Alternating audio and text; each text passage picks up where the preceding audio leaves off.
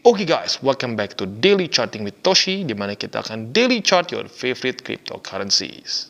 Oke, dalam 24 jam terakhir, cryptocurrency market lanjut lagi koreksi sebesar 0,79%. Dengan total market cap mencapai 929 miliar US dollars. Dan kita bisa lihat untuk Bitcoin, dia terkoreksi sebesar 0,18% dalam 24 jam terakhir di angka 19.346. Nah, ini dekat-dekat sama MA20. Nanti kita cek apakah dia berhasil daily close di atas atau di bawah dari MA20. Lalu untuk Ethereum, dia terkoreksi sebesar 0,19%, sebesar 1.346. Lalu selanjutnya kita ke BNB. Untuk BNB dia terkoreksi sangat tipis sebesar 0,02% saja. XRP terkoreksi lumayan 2,37%. Lalu untuk Cardano dia malah meningkat sebesar 1,48%. Dan Solana dia terkoreksi sebesar 0,73%. Dan Dogecoin dia meningkat sebesar 0,77%. Jadi hasilnya cukup mix ya, beberapa bagus, beberapa enggak. Tapi overallnya cenderung minus. Nah, untuk economic calendar sesuai dengan pembahasan kita sekarang sudah tanggal 25 ya. Artinya akan ada data yang cukup penting dari Amerika Serikat. Yaitu nanti akan keluar data consumer confidence. Ini yang pertama yang penting dari Amerika Serikat. Nah, basically itu saja untuk hari ini. Nah, untuk besok ya, besok kita bisa pertimbangkan untuk lihat juga data dari Amrik ya.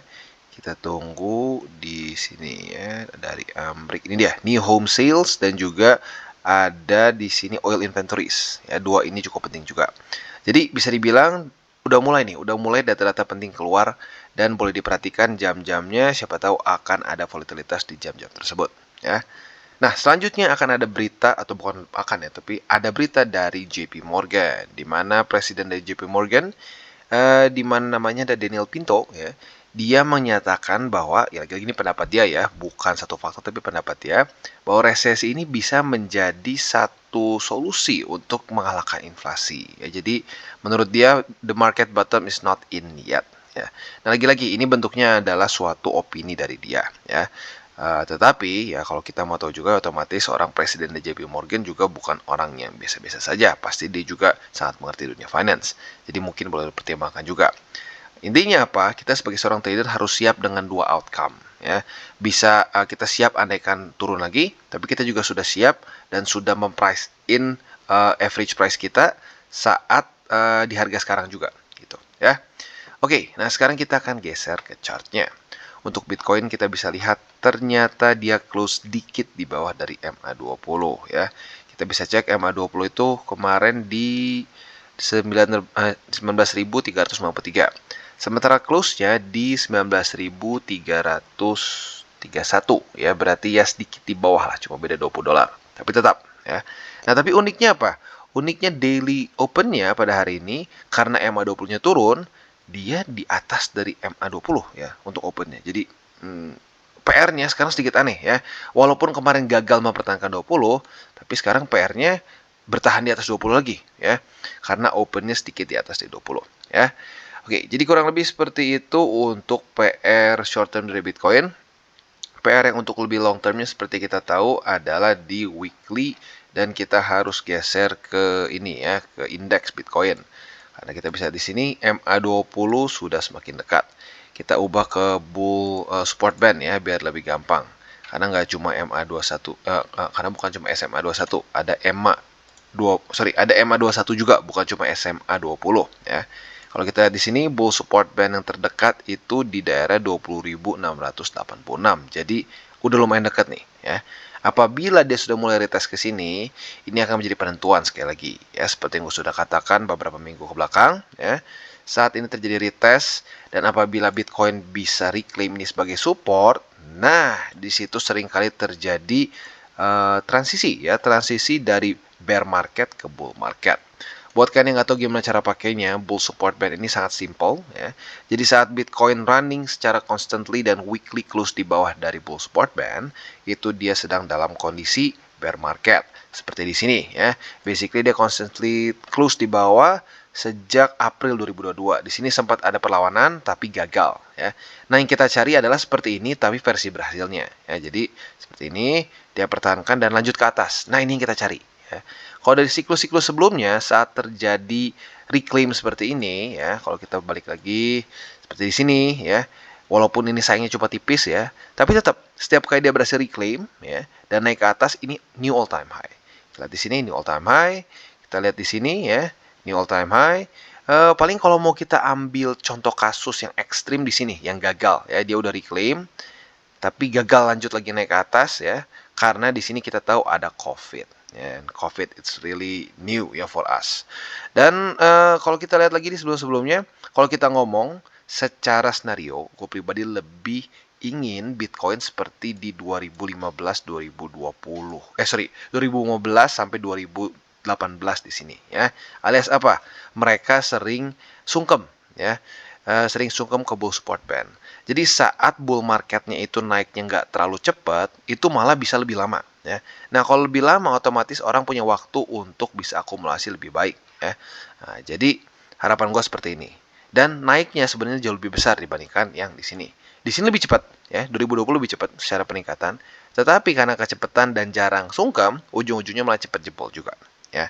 Jadi itu yang kita catat lah, kurang lebih seperti itu ya. Dan ini semakin dekat nih. Kalau ini sudah bisa reclaim, that's really good. Itu yang the best case scenario-nya ya. Tapi jangan lupa juga kalau sampai dia reject lagi di sini ya, dan lanjut lagi turun, ya sudah siap-siap. Berarti ada kemungkinan bisa lanjut sampai ke price range 20 bukan 20 tapi 12 ribuan ya. Oke. Nah, sekarang kita akan lihat indeks dolar. Untuk indeks dolar sebenarnya kemarin itu sempat ada sedikit penguatan. Tetapi good news-nya apa? Good news-nya ketahan oleh 111,99 atau biar lebih gampang dibuletin ke 112. That's good ya. Ini mulai menjadi satu resisten.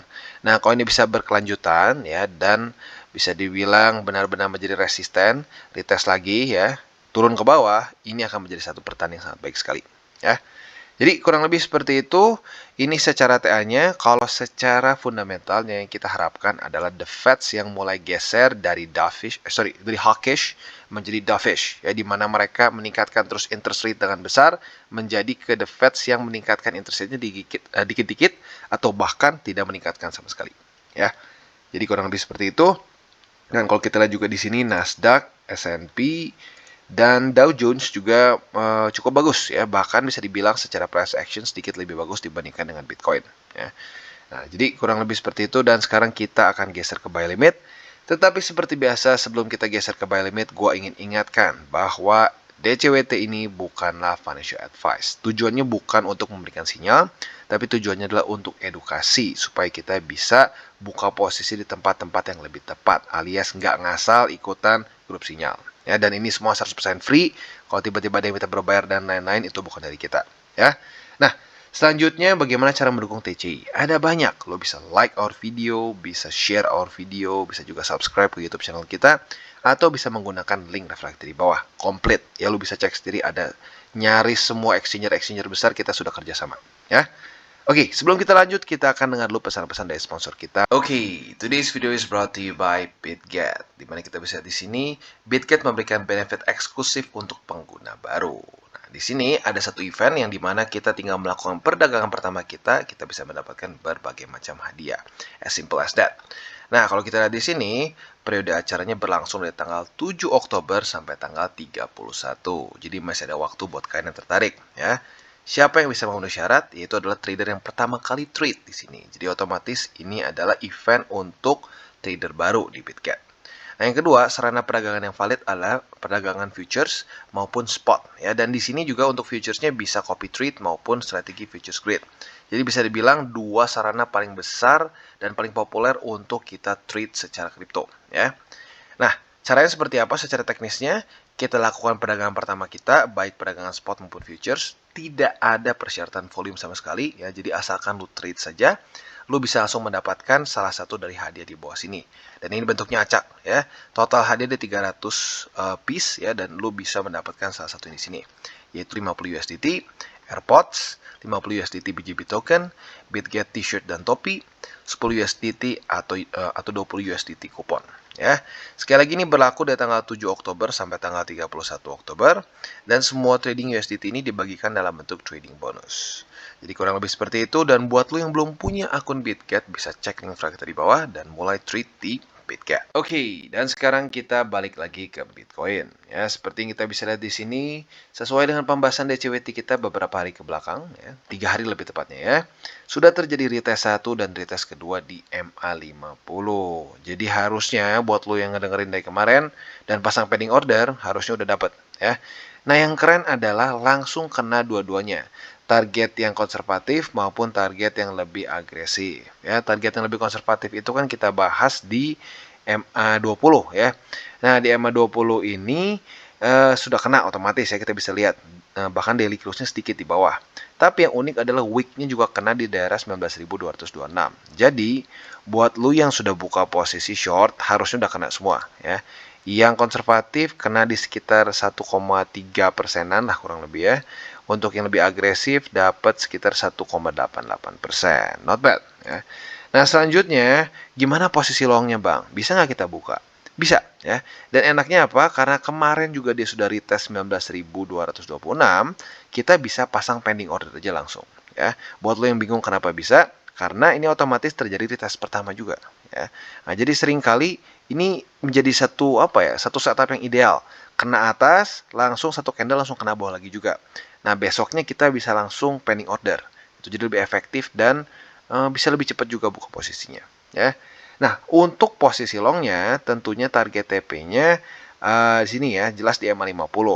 20 jujurnya udah terlalu dekat, jadi gua nggak sarankan buat target TP ya. Target TP-nya jadinya sekali lagi gue ulangi di MA50. Ya berarti kalau sampai lo dapat posisinya kurang lebih kayak sekarang ya. Ya lebih kecil sedikit lah. Jadi dapatnya 1,86% kalau sampai kena target di MA50 ya. Kalau harapan gue sih gini ya, kena wick doang, dia bertahan di atas di 20 dan lanjut ke atas MA50 ya. Itu untuk posisi long dan short. Untuk buy limit kita akan bagi beberapa. Buy limit pertama kita untuk secara spot ya, spot untuk jangka panjang itu adalah di 19.226. Itu buy limit pertama ya. Buy limit kedua kita geser ke 18.796 dan yang ketiga adalah di 18.442 ya. Jadi kurang lebih seperti itu untuk Bitcoin secara overallnya. Oke, dan selanjutnya kita geser ke Ethereum. Nah, untuk Ethereum, posisi short kita juga harusnya udah kena TP ya. Nah, buat lo yang kelewat, kita bisa lihat di sini pada tanggal 23 Oktober kemarin ini adalah retest pertama dan retest kedua kemarin kita sudah bahas juga. Jadi harusnya sih kalau lo ngikutin DCWT udah kebuka posisi shortnya ya. Dan sekali lagi yang baru kena TP adalah posisi konservatif. Berarti buat kalian yang konservatif sudah dapat profit sebesar 2,38%. Buat yang agresif ini masih belum kena 20-nya ya. Kalau kena 20 akan jadi 3,77% secara profitnya ya. Gimana nih? Hold nggak Bang posisinya atau TP aja? Nah, sebenarnya lu boleh lihat sampai besok. Kalau besok ternyata Ethereum kesulitan untuk tembus 1331, ya udah TP aja ya. Tapi kalau ternyata besok tembus ya udah berarti enak ya, lu dapat ya profit lebih besar. Nah, lagi-lagi, ini satu lagi penekanan gue bahwa konservatif agresif ini bukan lu pengen untung berapa ya, tapi lu ambil resikonya lebih berani yang mana gitu kesannya ya, karena setiap orang berbeda-beda. Ada orang yang agresif gitu, kalau nggak gede tuh kayak nggak asik gitu, tapi siap juga menerima resikonya. Tapi ada juga orang yang kebalik, gue mau mending ambil nggak terlalu gede ya, profitnya nggak usah ekstrim besar tapi lebih aman gitu. Jadi lagi-lagi disesuaikan dengan profil resiko lo ya. Nah, sekarang ini untuk posisi short tentunya ya. Untuk posisi longnya gimana? Nah, tergantung nih, dia mantulnya di mana. Ini bisa dibilang adalah retest pertama. Jadi arguably sebenarnya kalau kita mau buka posisi long di 1331 juga bisa ya. Jadi kalau sampai terjadi retest sekali lagi, kita bisa pertimbangkan untuk buka posisi long alias pasang pending order di 1331 ya. Tentunya pending ordernya long ya, jangan sampai short. Nah, target TP-nya tinggal kita balik lagi, sekali lagi di 1362. Atau kalau kalian mau lebih agresif, boleh di MA50. Tapi jujurnya gue nggak terlalu sarankan karena Bollinger Band-nya masih sempit ya. Oke, jadi kurang lebih seperti itu untuk posisi long dan short di Ethereum. Untuk spotnya gue pribadi masih lebih sarankan di daerah 1242 ya.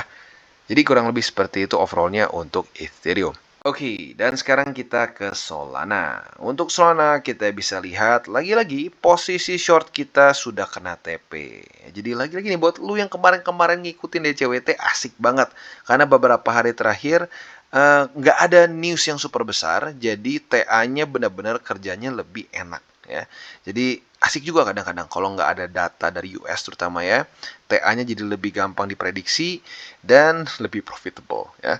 Nah, untuk posisi shortnya jelas terjadi karena terjadi retest 1 di tanggal 23 Oktober dan tanggal 24 jadi retest 2 alias konfirmasi.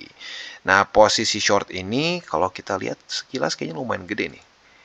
Yes, lumayan, sekitar 3,77%. Jadi kalau kita lihat overall posisi short cukup profitable ya. Nah, sekarang apa nih next setup-nya? Kalau kita lihat di sini Solana sebenarnya ada potensi bisa kita short lagi apabila ya besok dia tetap daily closing di bawah dari 28,43. Jadi kita lihat nih, kalau sampai dia daily closing di bawah dari 28,43, nah lu bisa pending order untuk short. Tetapi kalau ternyata besok reclaim dan malah daily close di atas dari 28,3, nah lu bisa pertimbangkan untuk posisi long apabila terjadi retest 1, retest 2 pada besok dan lusanya, ya. Nah, kalau untuk posisi long, target TP-nya jelas di 29,52 ya, kayak gini nih. Sini target TP-nya. Nah, untuk posisi short-nya, jujurnya ini masih lumayan jauh ya, tapi nggak apa-apa. Kalau sampai benar-benar terjadi setup-nya, ya buka aja posisi short. Target TP-nya bisa pertimbangkan di 25,90. Lagi-lagi, posisi short-nya seperti ini ya. Kalau daily close-nya besok di bawah dari 2843, artinya ini adalah retest pertama. Berarti kalau lu pending order, retest sekali lagi, buka posisi short ya. Oke, jadi kurang lebih seperti itu untuk posisi short dan long di Solana ya. Dan untuk posisi spotnya, gue pribadi di sini masih belum terlalu nyaman untuk bisa jadi posisi spot. Jadi untuk sekarang masih di 25,90 ya. Kalau secara struktur kita masih bisa lihat overall Solana masih cenderung bearish ya. Setelah dia breakout dari struktur 30,41 di sini dia terus membuat lower low, lower high, lower low dan lower high. Selama ini masih belum pecah ya, apalagi kalau daily close nanti di bawah dari $28, ya kemungkinan besar kecenderungannya lebih masih masuk ke bearish scenario. Oke, dan sekarang kita ke BNB. Nah, untuk BNB sebenarnya beberapa hari terakhir kita belum sempat bahas karena TA kemarin-kemarin ngelanjutin setup dari short yang ya beberapa yang kemarin lah ya. Tapi hari ini kita bahas lagi karena lagi-lagi dia mengulangi setup seperti di tanggal 17 dan 18 Oktober. Tapi sebenarnya gue udah sempat bahas juga sih waktu di sini ya. Gue bilang kalau long di sini, target TP di sini. Dan kita bisa pertimbangkan short lagi, basically tinggal nyontek ke tanggal segini. Ternyata literally kejadian seperti pembahasan kita kemarin. Wah, kok bisa bang? Apakah Anda dukun? Lagi-lagi bukan dukun ya. Kalau lu bisa TA seperti ini ya, ya lu bisa lihat di mana support dan resistennya ya. Nah, jadi buat lu yang sudah charting sendiri BNB dan buka posisi kemarin, congratulations kalian sedang profit sebesar kayaknya 0,5% lah kayaknya. Ya, sekitar 0,5%an lah, 0,58%. Nah, target TP-nya di mana? Target TP-nya sebenarnya lu bisa pertimbangkan dua tempat. Antara di 268,1 atau di 263,6. Nah, ini dua TP kita ya. Nah, otomatis yang ini lebih konservatif dan beberapa kali terakhir ini lebih reliable sebagai suatu support ya. Tapi 263 pun kalau lu sebenarnya pasang di sini ya, ada kena TP. Jadi ya boleh juga lah. Tapi gue masukinnya tetap lebih ke agresif ini ya secara target TP. Oke, untuk posisi long tinggal kita lihat nanti retestnya terjadi di mana. Kalau terjadi konfirmasinya di sini, ya sudah buka posisi longnya di 268,1. Tapi kalau ternyata terjadi retestnya di bawah sini, nah ini lebih enak. Lo bisa pertimbangkan posisi long di 263,6 dan target TP-nya bisa kayak waktu nge-short di sini. Lo bisa pilih antara di 268,1 atau bisa di EMA 20 ya, yang tentunya semakin mendekat ke sini. Oke, jadi kurang lebih seperti itu untuk posisi long dan short di BNB. Untuk posisi spotnya, lo bisa pertimbangkan di dua tempat.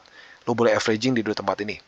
Antara di 268,1 atau di 263,6. Jadi kurang lebih seperti itu untuk BNB. Oke, dan sekarang kita geser ke Polkadot. Nah, untuk Polkadot kita bisa lihat bahwa terjadi retest pertama di 5,89. Setelah dia reclaim si support ini, atau lebih tepatnya bukan support, tapi struktur ini di reclaim pada tanggal 23 Oktober lalu. Nah, andaikan pada hari ini terjadi lagi retest di 5,89, kita bisa pertimbangkan buka posisi long ya. Buat lo yang pengen nggak perlu lo pantengin chartnya, lo tinggal pasang pending order aja di 5,89 karena sudah terjadi retest pertama kemarin ya. Target TP-nya di mana, Bang? Target TP-nya ada dua seperti biasa. Yang konservatif ada di MA20 dan yang lebih agresif di MA50. Ya, kenapa 50 lebih agresif? Karena lo lihat sendiri, dalam beberapa minggu terakhir 20 menjadi satu resisten yang sangat ganas untuk Polkadot. Nah, otomatis lebih aman kalau kita TP-nya di 20. Tapi buat lo yang lebih high risk ya silahkan aja bisa pertimbangkan di MA50 untuk buka, atau sorry bukan buka, tapi untuk tutup posisi longnya. Untuk posisi shortnya seperti apa? Untuk posisi short gue pribadi nggak terlalu menyarankan di 20 ya, karena kita bisa lihat di sini secara angle-nya dia turunnya cepat ya. Jadi kalau by the time ini sudah retest, kemungkinan besar udah nggak terlalu menarik secara risk rewardnya. Jadi lu bisa pertimbangkan shortnya apabila dia tembus. Kalau dia tembus, retest 1, retest 2 di 50, nah secara risk rewardnya lebih menarik menurut gua ya. Jadi untuk posisi shortnya, kalau dapat di 50, retest 1, retest 2, lo pertimbangkan TP-nya di MA20 untuk yang konservatif. Dan yang lebih agresifnya lo boleh pertimbangkan TP-nya di 5,89. Ya. Jadi kurang lebih seperti itu untuk posisi long dan short untuk Polkadot. Secara spotnya, jujurnya Polkadot dalam keadaan yang rada berantakan ya. Karena kalau kita lihat sendiri, summer low dia sudah tembus jauh. Ya, jadi mungkin spot bolehlah averaging sekali aja, sekali di 5,89. Dan kurang lebih seperti itu DCWT kita pada hari ini. Seperti biasa gue akan ada mengingatkan terus lah, jangan pakai uang panas. Please, cryptocurrency market adalah satu market yang masih sangat muda, ya, punya peluang besar, tapi kalau dengan mindset yang tepat. Kalau mindset lu salah, yang ada malah boncos. Ya, jadi please jangan pakai uang panas, pakai uang dingin ya. Mendingan masukin konsisten ratusan sampai jutaan ya, dibandingin masukin ratusan juta tapi uang panas ujung-ujungnya malah diketok sama pinjol. Oke guys, jadi itu adalah akhir dari segmen DCWT kita pada hari ini. Dan jangan lupa bagi kalian yang merasakan manfaat dari segmen ini, jangan lupa untuk share ke teman-teman kalian. Dan apabila lu pengen mensupport channel kita, ya TCI, jangan lupa untuk menggunakan link referral kita di bawah.